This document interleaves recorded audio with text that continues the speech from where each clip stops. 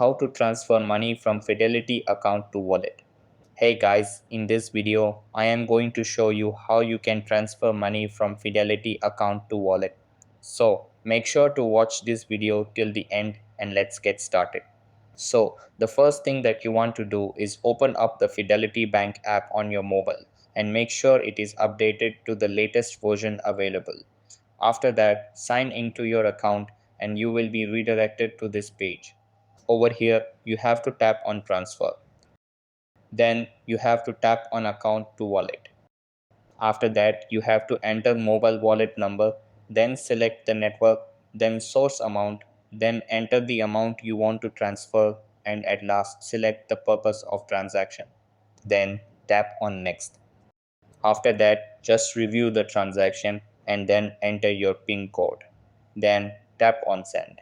And your money will be transferred from your Fidelity account to your wallet. So that's how you can transfer money from Fidelity account to a wallet. That's all for this video.